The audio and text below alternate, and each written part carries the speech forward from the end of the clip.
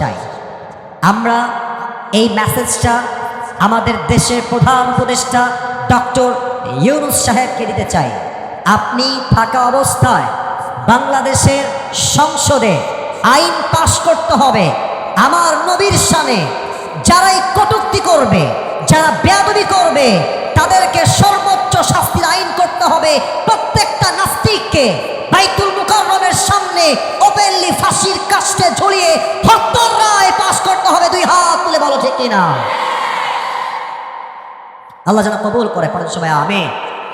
কে এই ঠিক কি এখানেই ঠিক না জীবন দেওয়ার ক্ষেত্রেও ঠিক? আমাদের কথা একটা, শহীদ আবু সাঈদকে আমরা ভুলে যাই নাই, শহীদ মুগ্ধকে আমরা ভুলে যাই নাই। আগামীর নাস্তিক মুক্ত বাংলাদেশ করতে যদি যুবকদের আবার জীবন দিতে হয়, আবার যুবকরা তাদের রক্ত দেওয়ার জন্য প্রস্তুত থাকবে। আল্লাহ সেই ঈমান দান করুক, পড়েন সবাই আমিন। বলেন এবার আমাদের ধর্মের নাম কি? এত আসতে বললেন, আবার বলেন সবাই নাম কি? ইসলামকে অ্যাজ এ রিলিজিয়ন ধর্ম হিসেবে পেয়ে আমরা সবাই খুশি না বেজা? আমাদের ধর্ম ইসলাম বলেই তো আমরা ভারতদেরকে ছাড় দিই, সাংবাদিকদেরকেও আমরা ছাড় দিয়ে চলে। বাংলাদেশে থাকবে না, না থাকবে না বলে যে আমি অভিমান করেছি, আমি আজকে কথা বলবো না।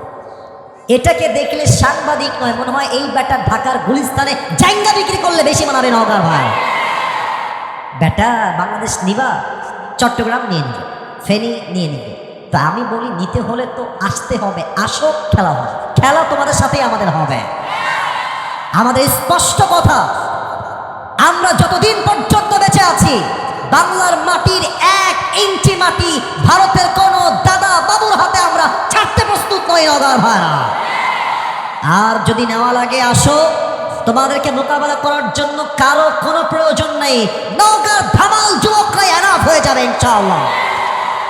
আল্লাহ সেই সাহস আমাদেরকে দান করে, পড়েন সবাই আমিন। এবার ফেরেশতা ডাক দিয়ে বলবে কি ব্যাপার, একটাও তো আটকায় না, প্রত্যেকটা উত্তর ঠাস ঠাস করে দিয়ে দেয়, ঠাস ঠাস করে দিয়ে দেয়।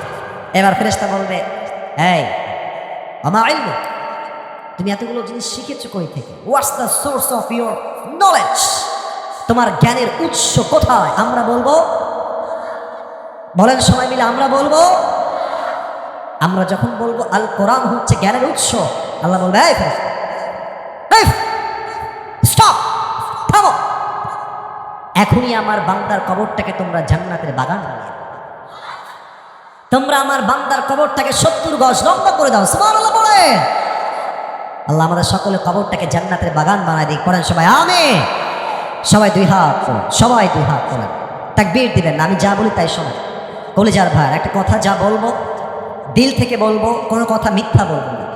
আমার কমিটির সঙ্গে কথা হয়েছে এবং তারা নিয়মও মেনেছে যে আসিফ হুজুর এসে 1 ঘন্টা ওয়াচ করেই দোয়া করবেন। আমি এসেছি 10টা 25-এ, এখন বাজে প্রায় 11টা 45, তার মানে আমার ওয়াচ প্রায় 1.5 ঘন্টার কাছাকাছি সময় ধরে চলছে। আমি চাইলে 1 ঘন্টায় শেষ করতে পারতাম, শেষ করি নাই। কেন? কারণ সব জায়গায় ফর্ম নিয়ম কানুন দিয়ে চলে না, মাঝে মাঝে ভালোবাসা দিয়েও তো হিসাব করতে হয় নওগাঁর ভাই। এবং আমি চাই 1.5 ঘন্টা নয়, আজকে 12টা পর্যন্ত ওয়াজ হবে ইনশাআল্লাহ। আমাকে ওয়াদা করবেন, বলেন সবাই হুজুর। সাউন্ড কি গো বাবা রে বাবা, বলেন সবাই হুজুর।